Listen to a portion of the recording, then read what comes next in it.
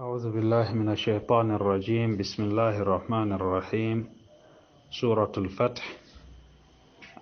موكمتو ويامنا فيمي كوكاولي سورة متوكو سورة الفتح. alana dala kalimi kela cilanye alayhi salatu wassalam ana lo wasami ka cilanye sura mini ekumala wala koka sura mini ajini madina hayamu ani konone kuana sura abina niseina lelele cila te boka ate boka Hudaybiya dingi alo minge sura mini ajini welo suratu jumua kofe Hudaybiya we mindale cila nala nyin alayhi salatu wassalam kwa kete umra kela ana piremingala umra ma aka arabu mulute ani mulute joroki ani mulute ala minulo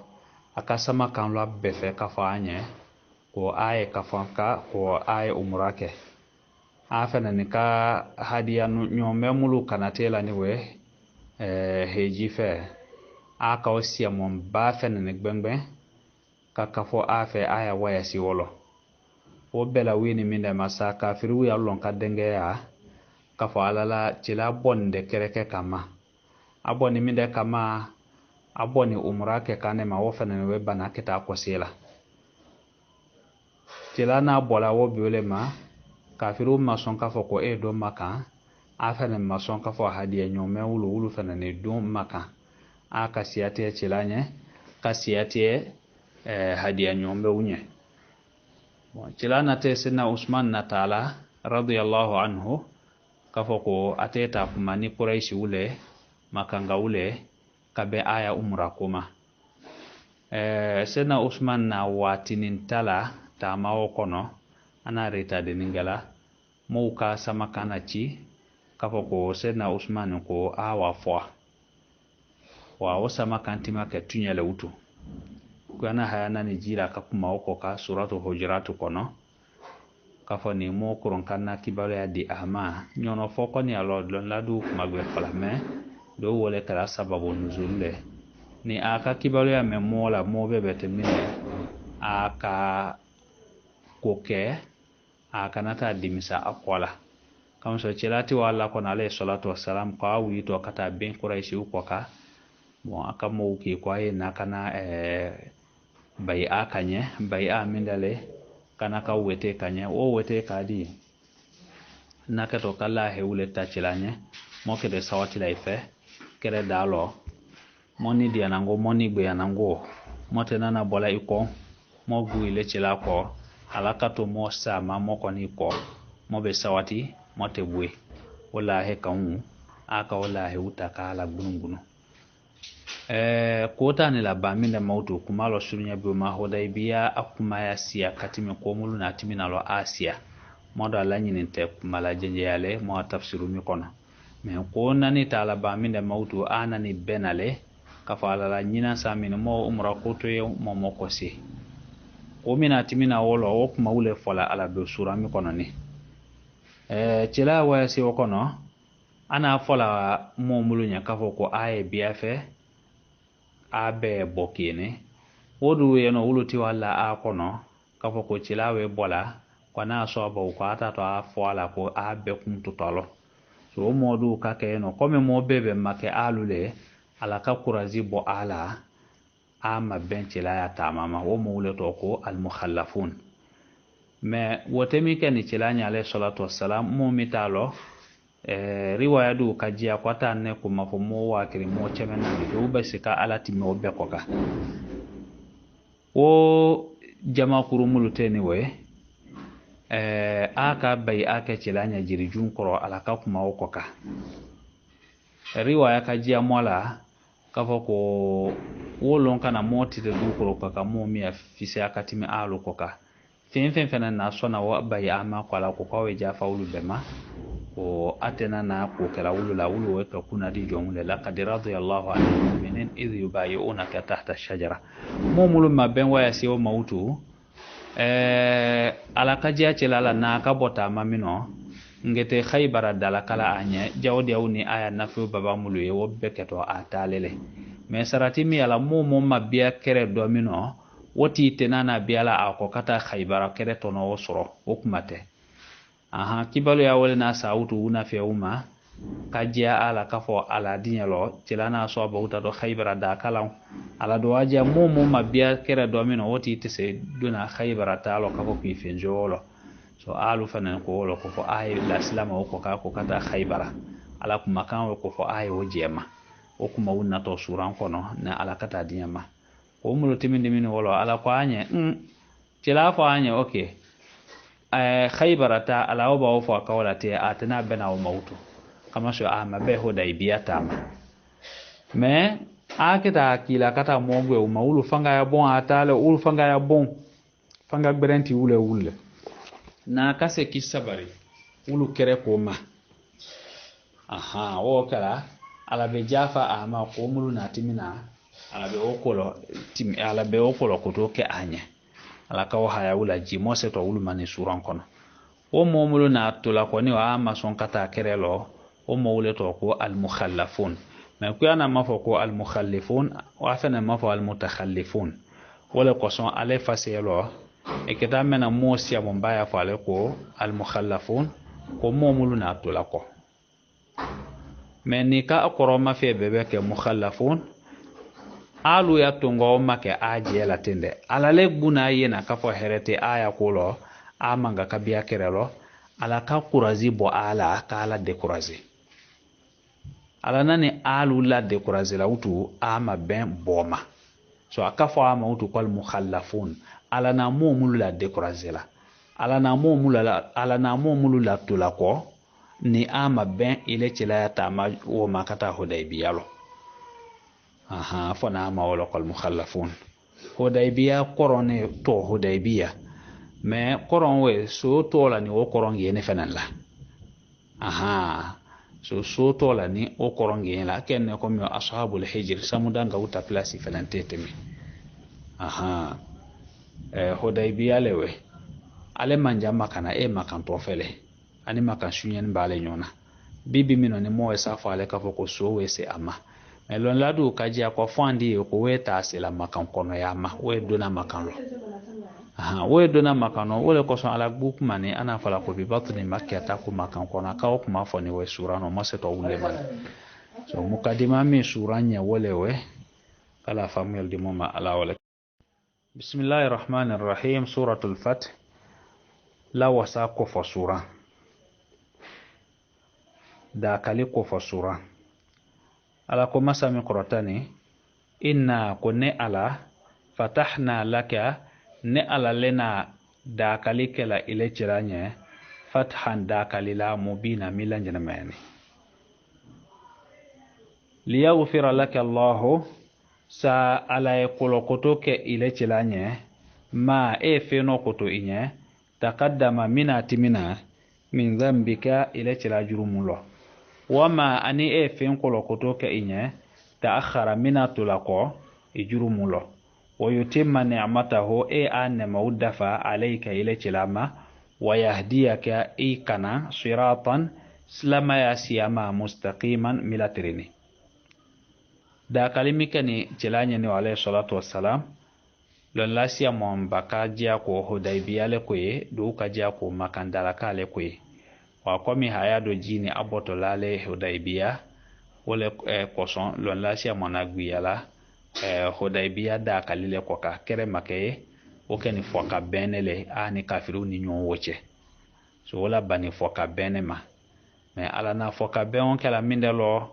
sa weke sabule mo siyama baye do islama ya rati to akere ko mawlo mo siyama baate na fo awulu te ke islama le utu so douka woke da kalile kama sho ko wona terela makanda kati makeba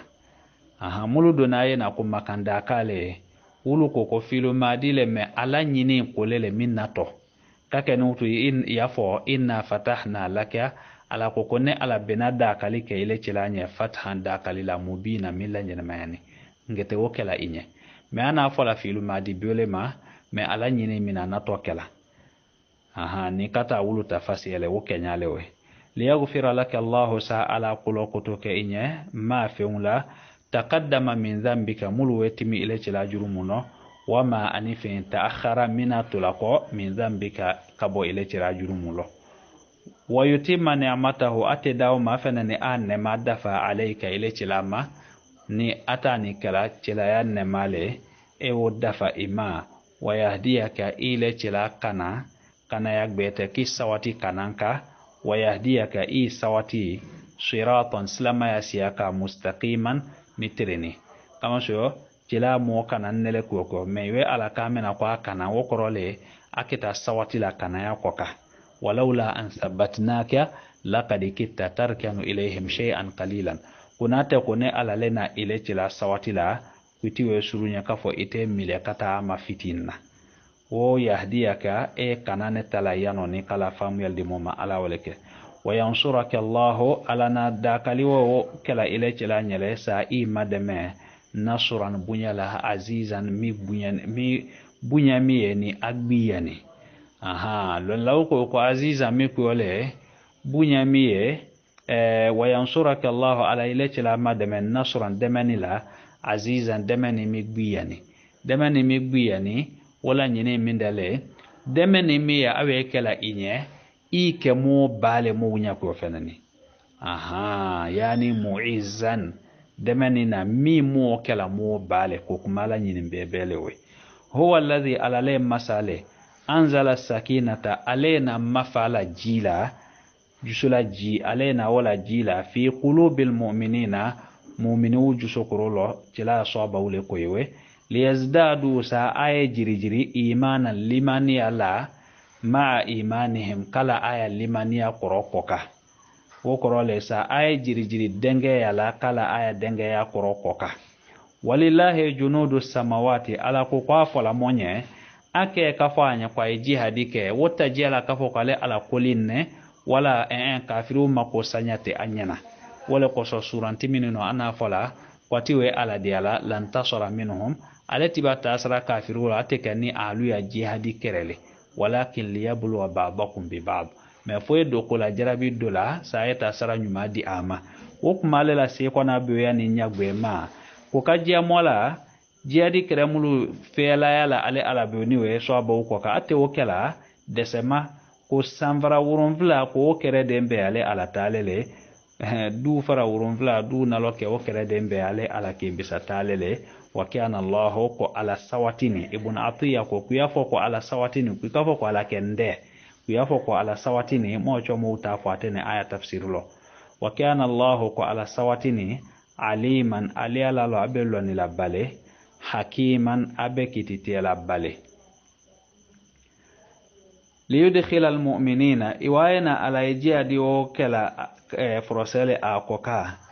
kungwe tala liyudkhil almu'minina sa mu'mini chamandaw ta wulula don wal mu'minati ani mu'mini musomandaw ta wulula don jannatin aljinan namalo tajri min tahtiha al-anharu qonyajiu buila aljine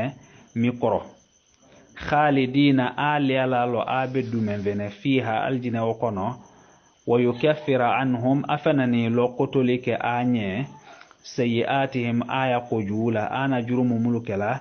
o jurumu jafa ama wa kana dhalika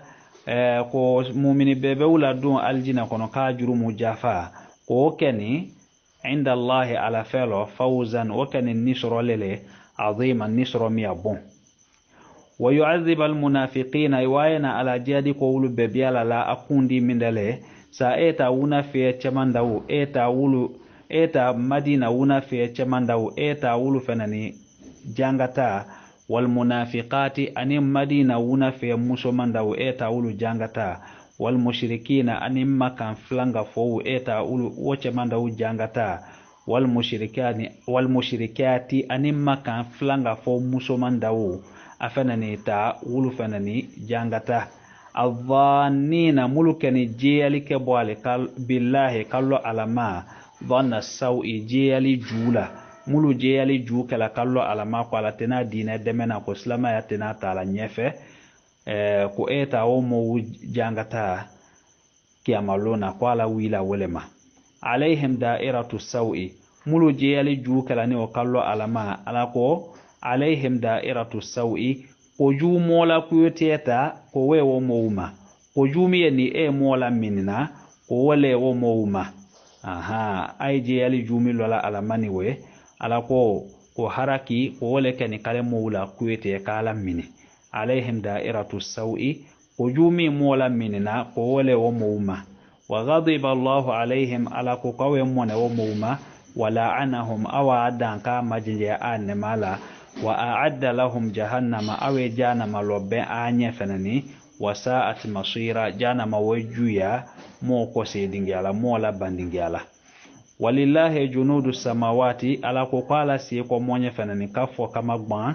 ko sambara wurumvla o kerede mbe ale ala kembisa talele wal ard duni aloke duni akwa kamvembe o kere fembe fenani ala talele wa kana Allah ko ala sawatini azizan masa nini alale fanga mamise ni kula hakiman lon lalale hakima mo afase jorodu lo kititela mo afase jorodu lo lonila mo afase jorodu lo kafo ko kolo ben lale awe ko la joromi e tinya no katimi hakiman koro warani mbale tafsiru kala ufe inna ala ko konne ala arsalnaka nena ile tilala biala kike tilale shahidan iliala lo ibesi ya bwale imando uma kiamasini wa mubashiran imando mulwe sona ile tilama ike ulula sawabwale wa nadhiran imando mulwa bana ile tilalo ike ulu masiyan bwale litu'minu billahi ala ko kuwaye na kwana tilala biala kake tilale kana moma wo koro mindele wo kum mindele litu'minu billahi sa ay limania alama wa rasulihi ay limania ala tilama wa tu'azziruhu ay tilabunye wa tuwaqiruhu ayagbiya wa tu'azziruhu ifana besafala ay tilademe wa tuwaqiruhu ay tilagbiya wa tusabbihuhu ana la wila minda masa ay ala subhanahu foke alanye bukratan somandala faise kolewe wa asilan ani wiya felanja se kolewe wa mena bukratan we faise kolele asilan we lanja se lele kata lanja makata si fitila awe fa masa antum suna minani suratu rum konowe we sule jiala kada mi auto fiti makata tumsuna lewe masa walewe aha ما عشيا وحين تظهرون عشيا ولو يفعل لانزي قولوا دينغي امينو يانو دوميرو لا سيكوني تشلاما دوميرو فيا يومنا فانغاني وتعزروه وتوقروه وضميرو فيا كودي تشلاما وتسبحوه كومي سبحانه فتسكا تشلاني وكاكاكي على لين كودي علما aha ka ala tati kira agbe yeno kwana karanya gbele we woko li yu'minu billahi wa rasulihi wa yu'azziruhu wa yuwaqiruhu wa yusabbihuhu bukratan wa asila kuwaina ala natila la biala kana moma kungwe tala sa anane momulumani we ay limania alama ani ala atila ay ala atila demen ka bunye kabaka agbiya ka subhanahu foke alanya somandala ani wiafe do fanani domiru mi bela taala ala kimbi sama litu'minu billahi kosa ay limania alama wa rasulihi ani ala atila wa tu'azziruhu ay ala bunye wa tuwaqiruhu ay ala gbiya wa tusabbihuhu ay subhanahu foke alanya bukratan somandala wa asila ani wiafe tanya fia mi haya mina wolewe atanya fia befenani kai aha zamakhshariu keshafu kono ani kushairiu uluna taala ko kadamiru beke ala kembisa tale me tafsiru kalagbe uye ulu masoma me damiru tanya fia mi be tafsiru kala uya tasi alele aha haya mi yakulo ala ko innal ladhina ala ko mo yubayi'unaka mumulu lahi tala ile chilanye wo korole mulu wote kala inye inma yubayi'una Allah ko wo mo ko ay wote kala ala lenye ay lahi tala ala lenye yadullahi ala buro fawqa aydihim wa atiyu buro sanfe aha tafsiru ke bo mulu na fala ko ala fanga ye a fanga sanfe ko halimo mawfo ya mawfo ala buro ye a buro sanfe faman nakatha ile momo ki allahi nasi fa innama yanquthu ala nafsihi kuyallon ku ilahe nasi wakala ije kanile la ko jubendo ile bule koka waman mumo awfa ni ka falike bima feula ahada alayhi Allah ina ala Allah nyala femulul ina ala Allah nyala femul koka fasayutihi ala koka kidileti sarala ajran sarala aziman miyabun kira agbe kono ka ko fasanutihi ko ne ala benawati sara ne bena wati so ajran sarala aziman wasara yabun alayhi homini arabu alayhi alayhim arabu wo fonya fi aleka do ya fa alayhum do ka ko alayhim wo fonya fi abbe kan arabu ya kanu me joro do mita hafsu ita be kala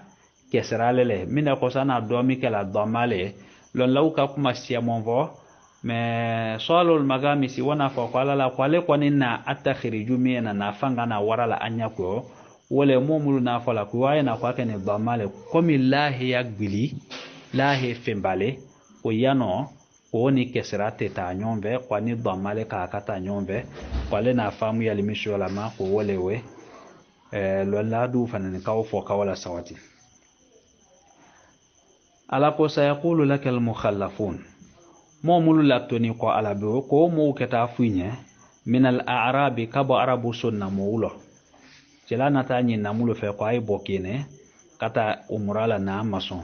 ko mo latoni ngomulu niwe ko mo keta fola inye shagalatna amwaluna ko mo na furule na mola solala wa ahluna animo ademewu fastaghfir lana cela i kafeta nyini ke monye ya nyini ala fe ko jafa moma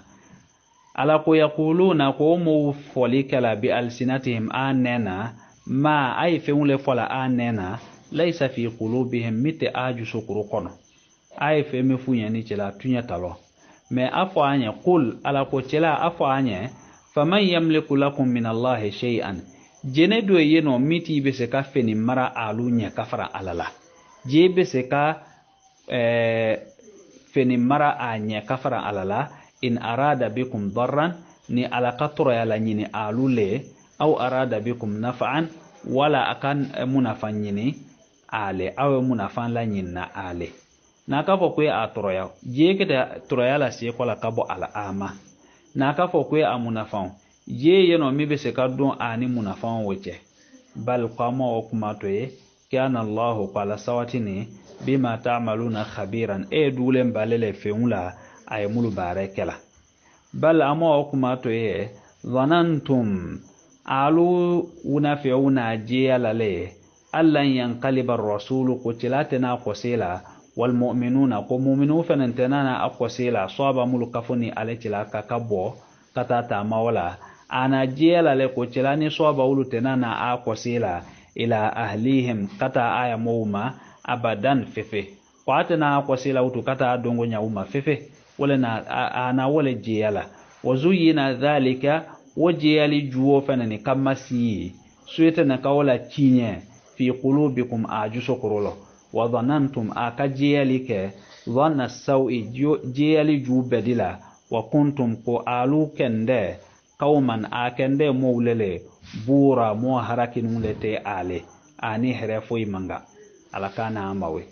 alako wa man lam yu'min kulamu matoni billahi matoni alama imalimani alama wa rasulihi ani ala tila fa inna kuyallon kunne ala a'tadina mbelo benike lil kafirina kafirunya sa'ira mbejana masairu lobe anya de mbeta lobe anya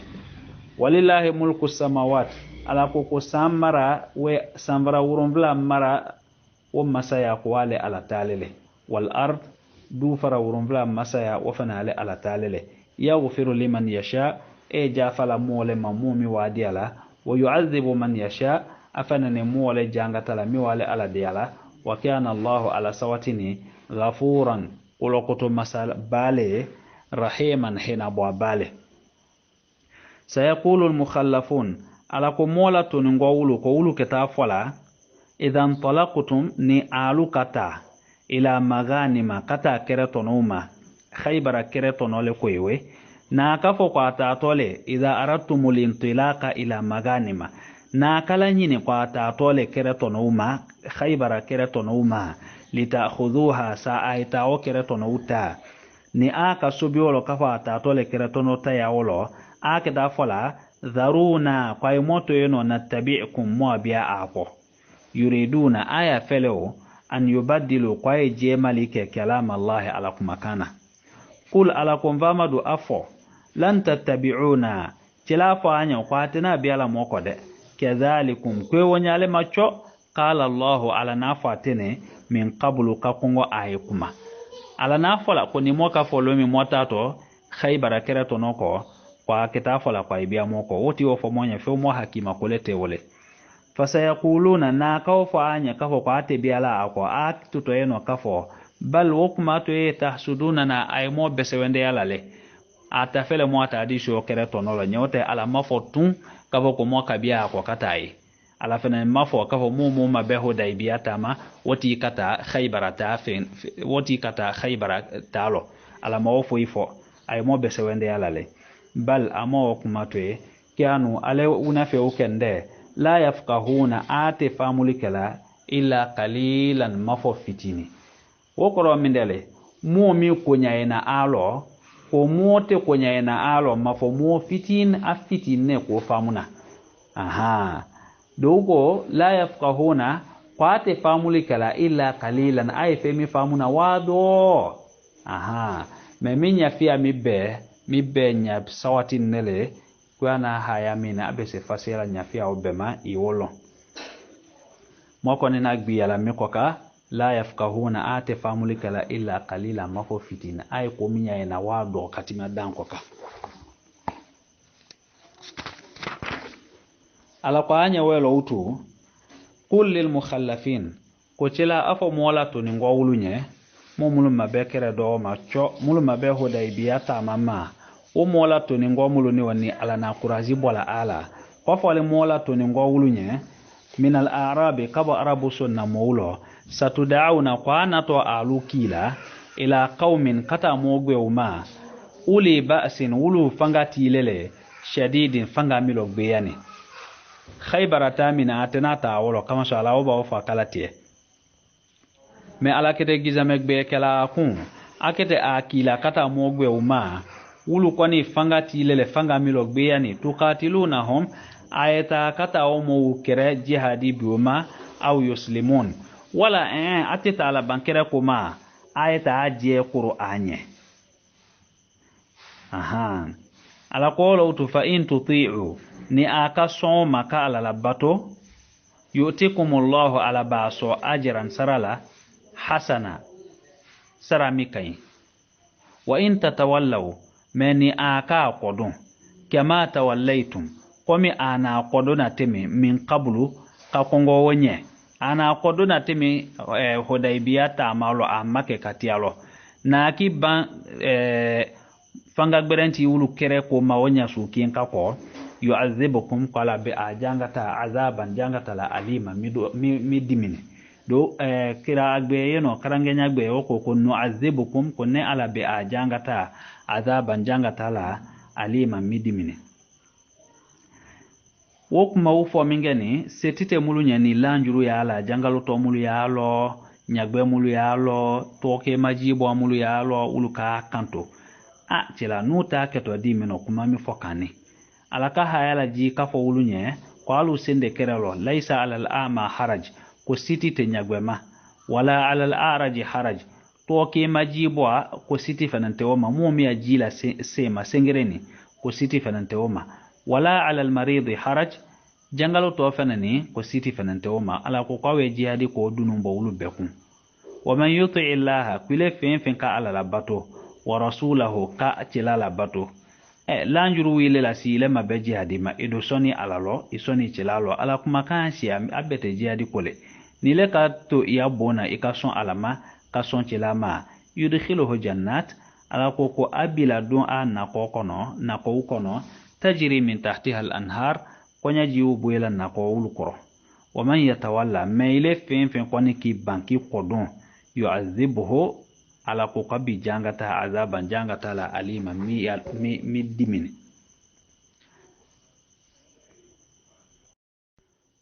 laqad radiyallahu ala ko ale ala we dinye anil mu'minina awe dinye soba uma awe dinye mu'minuma idh tumanala yubayi'unaka ate ile chila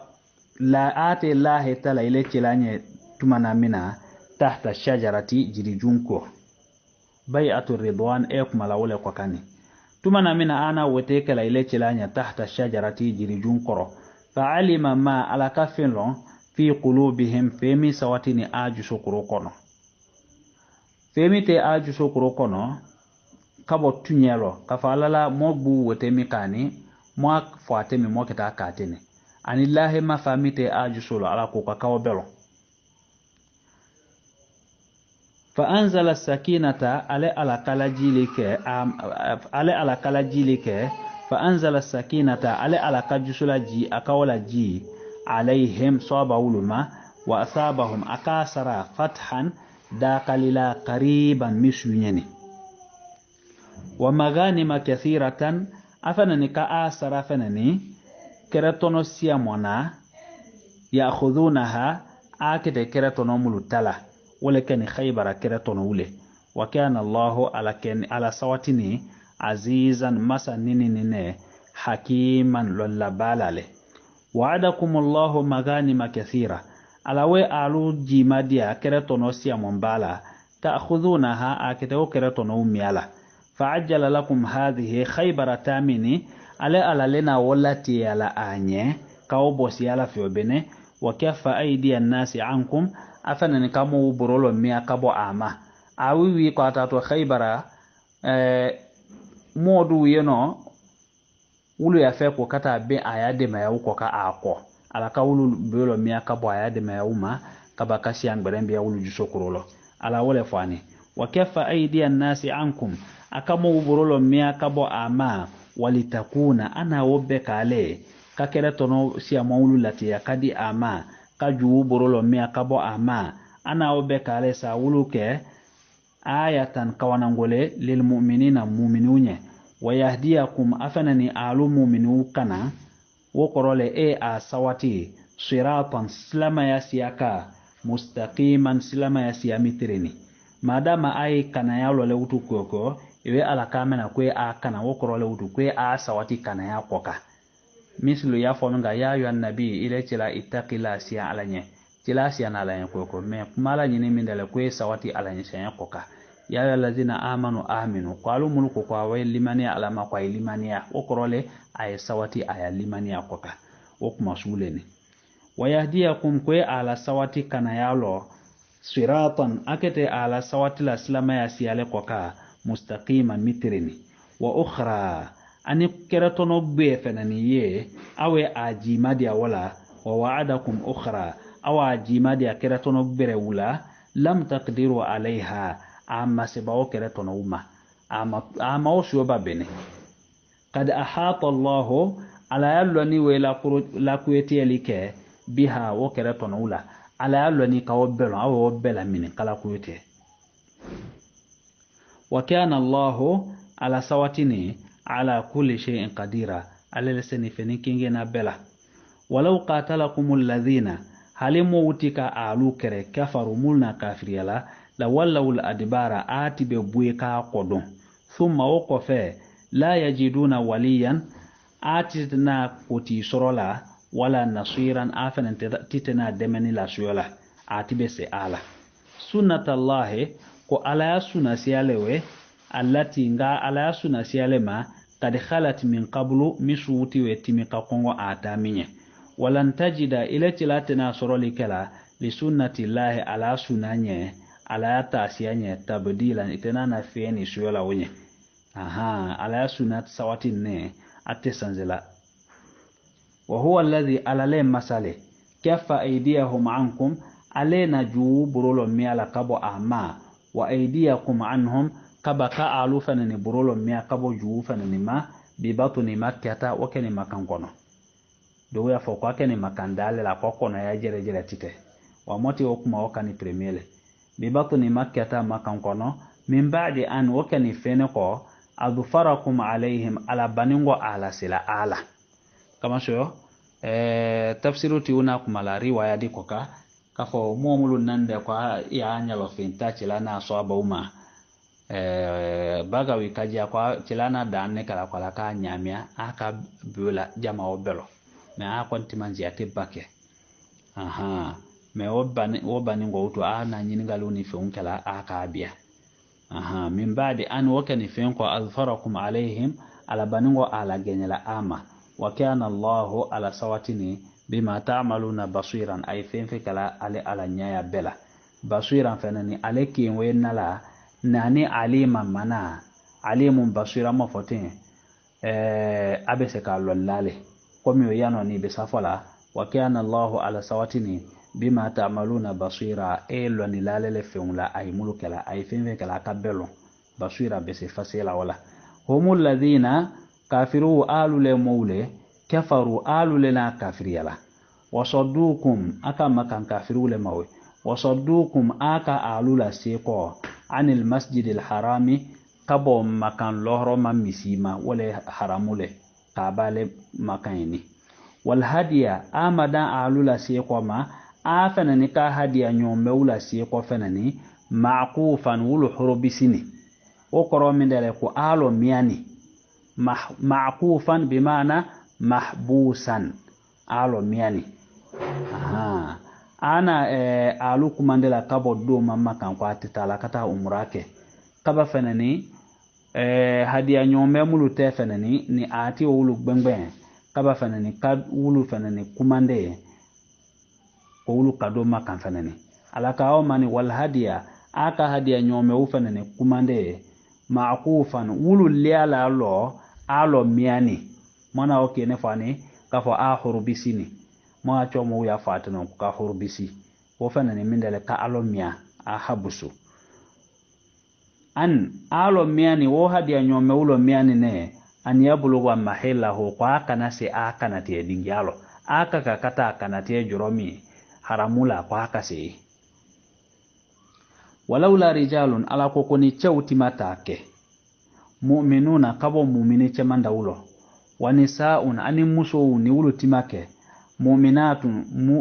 mu'minu muso ni wulu timake lam ta'lamuhum aluma wululon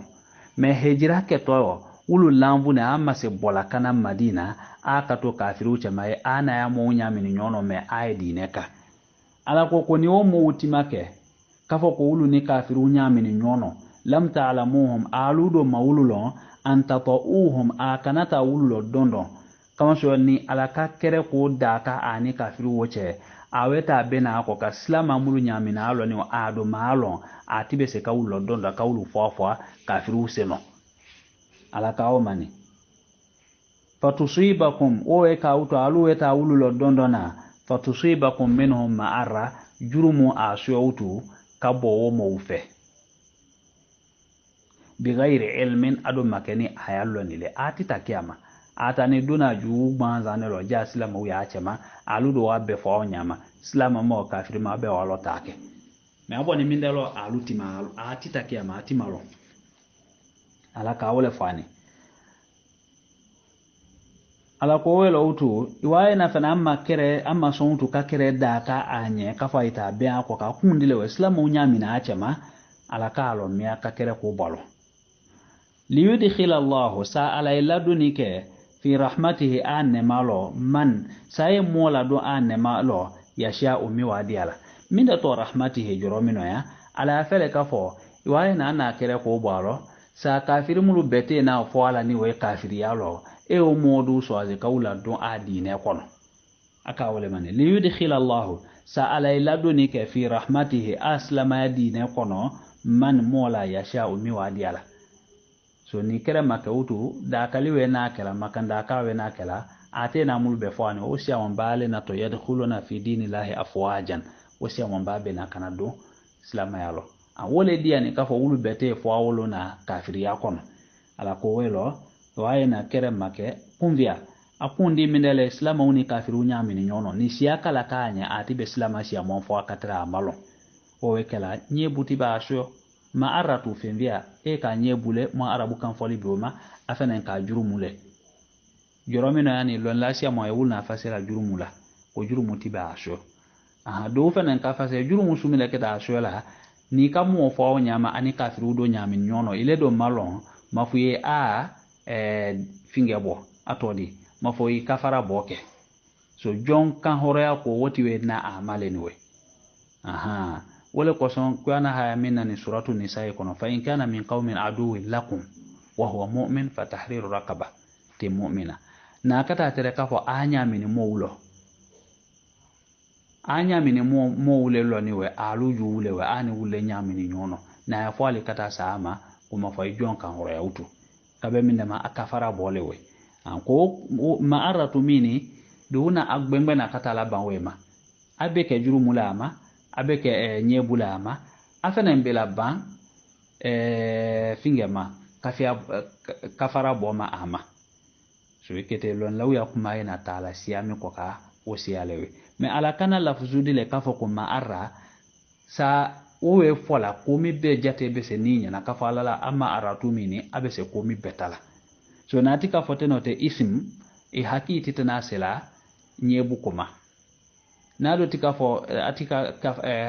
kafara ko kuma fo haki titana sela ma ara ko kuma ma jurumu ko ni finge ko uluma ka kuma di fo utu haki sabe mami kono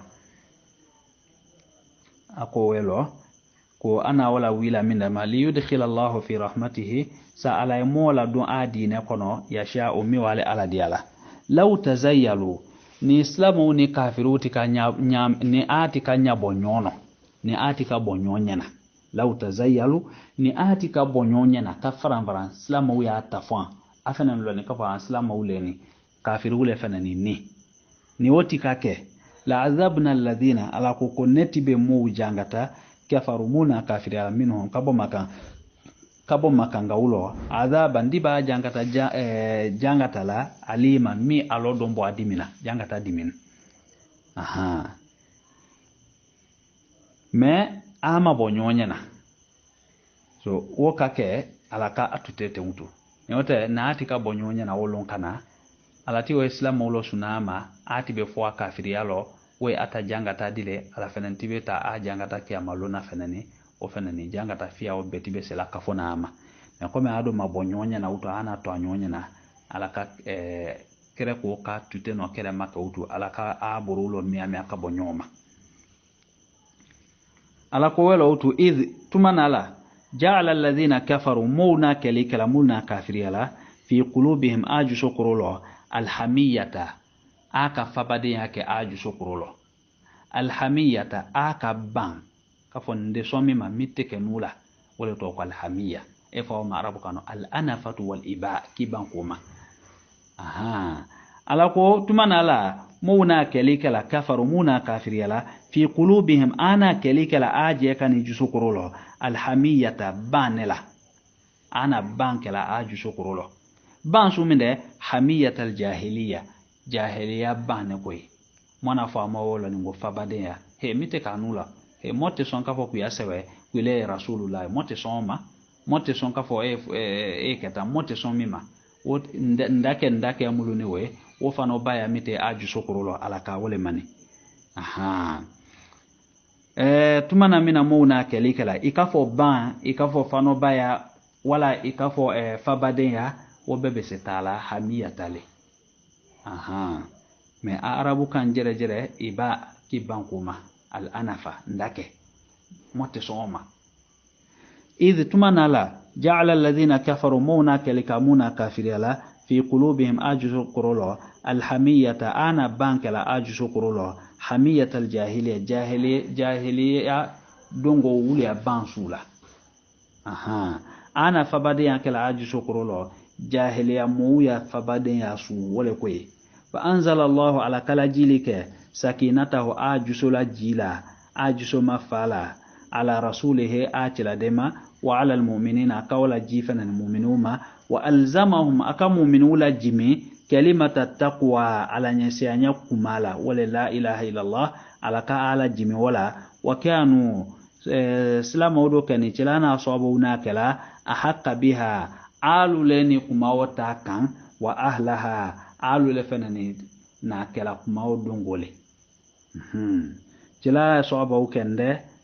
sababu kende ahakka biha alu le ni kalimatu taqwa yakan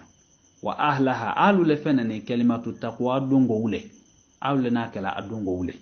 wala koson ala na ala jimina ala wa kana Allah ala sawatini bi kulli shay'in aliman ilwan la lele fenin kingena bela laqad sadaqa Allah rasulahu ar-ru'ya ala ko kawe atila din tunyendeya ar-ru'ya kibalo kana bil haqq ana tunyendeya la ni tunye jere jere lele jelana kibalo mi kaniwe ka kibalo kanwe kaw tunyendeya ana yena temi kaketeno wala ko kawa atila din tunyendeya kibalo kana bil haqq ni tunye jere jere le la tadkhulunna al masjida ana kibalo kami kala kibalo kana fadi la tadkhulunna al masjida qalu dono al masjid al haram adundo lohroma misi kono nakani makan kabale insha Allah nakadia alanya aminina aliala lo abe dutiya bawle muhalliqina ru'usakum aliala lo abe akun libwale wa muqassirina afanani be akun fanani mate bwale wo korole do yalo wulu keta akun lila do yalo wulu keta akun matela la takhafun atana shana mofo ilenya mofo tanya kanga wolo na fanga leke to abeduna fa'alima ma alaka finlon lam ta'lamu aluma milon faja'ala kakelike min duni dhalika woko